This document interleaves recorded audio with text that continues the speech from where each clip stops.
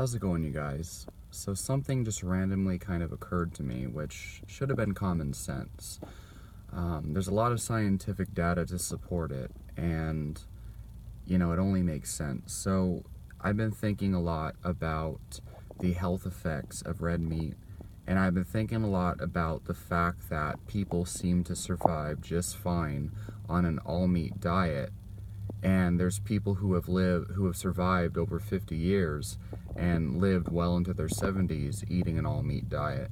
And there's reports of indigenous tribes that had, most of their diet came from animal products, and they had village elders that lived into their 80s and 90s.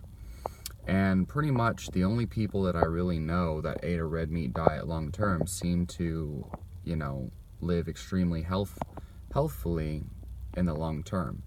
There's that guy Joe Anderson and his wife Charlene, who have been on a carnivore diet for over 20 years, and they're in their late 50s, early 60s, and they look like they're in their 30s. And there's a lot of examples of this, but it makes me wonder, well, does that mean that an all-meat diet is like the best diet for humans? And so, thinking about this, you have to consider the blue zones. And the blue zones, they don't exclude animal products from their diet. Okay, in fact, they eat a lot of animal products, but they actually eat far more plant foods than they do meat. Now, a caveat here, and this is a big thing, is they eat high-fat diets. And I'm talking about the people of Crete, the Mediterranean countries. I'm talking about Japan and Okinawa and China, okay? So the healthiest populations in these areas, they eat very high-fat diets. The French, the people of Crete, the Okinawans, they actually cook everything in pig lard, or they did traditionally, but they probably don't anymore. And so the generation of centenarians, that lived into their hundreds and whatnot, these people ate a lot of lard and animal fats the majority of their life. Even if they were eating a plant-based diet, they were eating a lot of animal fats on the side. And you hear people from Tibet who eat a lot of yak butter, and people from France traditionally would eat a lot of butter, and also olive oil, and people from Crete, a lot of olive oil, and butter as well, okay? And so varying amounts of animal products, but a lot of fish in these populations, especially Okinawa. You got to be pretty stupid to think that a population, living on an island surrounded by fish would not get the majority of their protein from fish or eat a significant amount of fish in their diet. You got to be pretty stupid to think that people living on an island wouldn't be eating a ton of fish.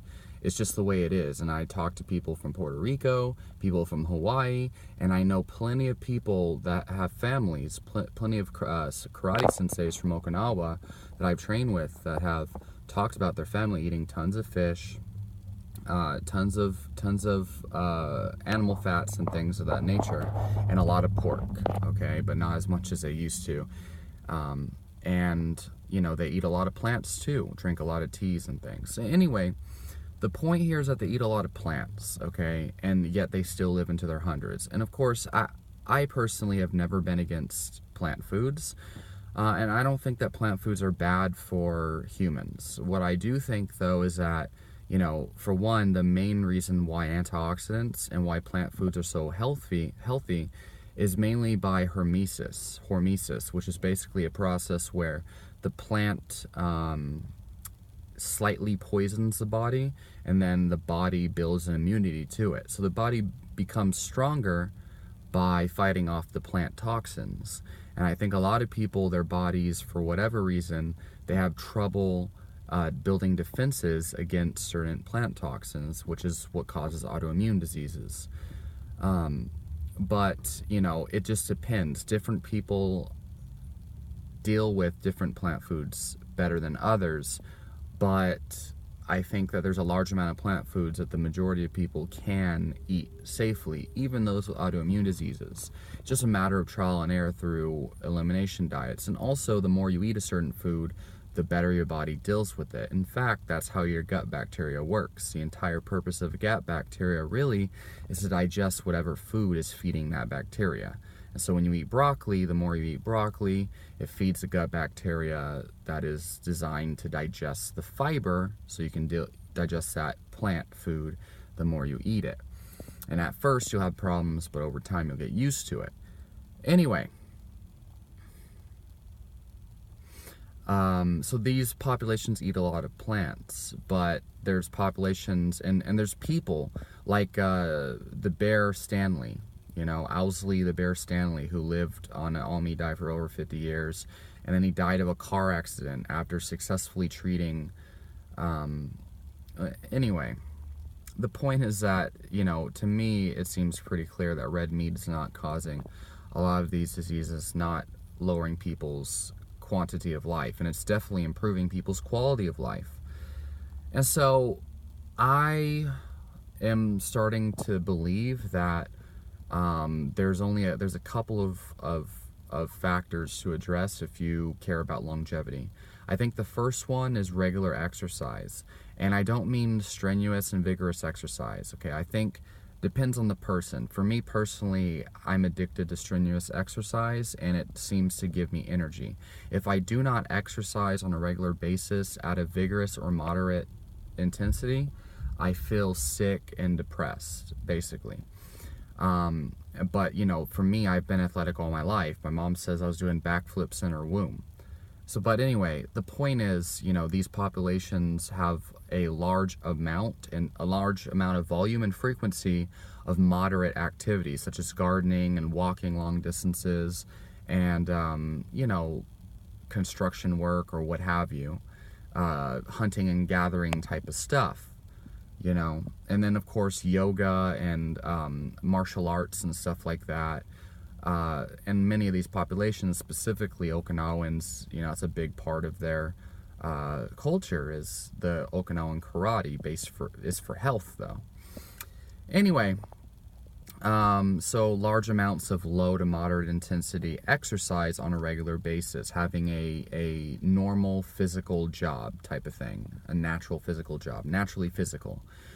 That's a reoccurring theme in all these people. But I think caloric deficiencies is a big thing, because I see a lot of people, even that seem to have been eating a standard American diet, and while these people are on medications, like there was that one guy, what was his name?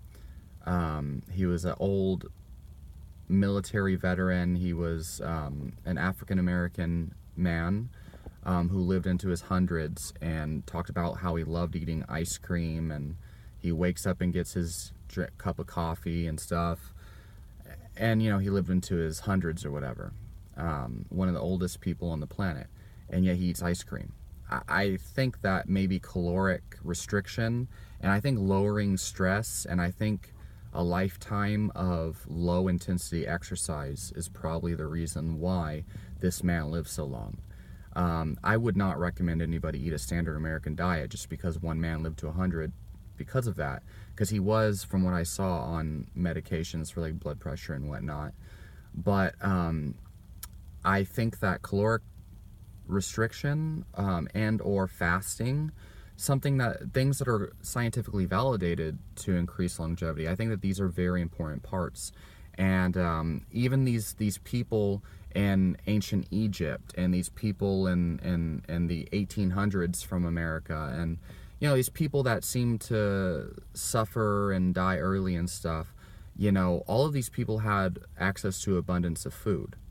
Hunter-gatherer tribes and starving kids in Africa, they die of starvation, they die of viral illnesses, etc., etc. You need to be nourished just enough and have a large, frequency of natural exercise throughout the lifetime. And of course, the quality of food, whole foods, removing all the inflammatory man-made foods, and reducing your intake of foods that are probably problematic, especially to an individual. I think that all of these things are contributing factors. I don't think that plant foods are bad, and I definitely don't think animal foods are bad. I think that there's some more obvious answers to this question. So anyway, that's all that my iPhone will allow me to record and upload. So let me know what you guys think down in the comments section, and I love to hear some open discussion about this. Subscribe, and I'll talk to y'all next time.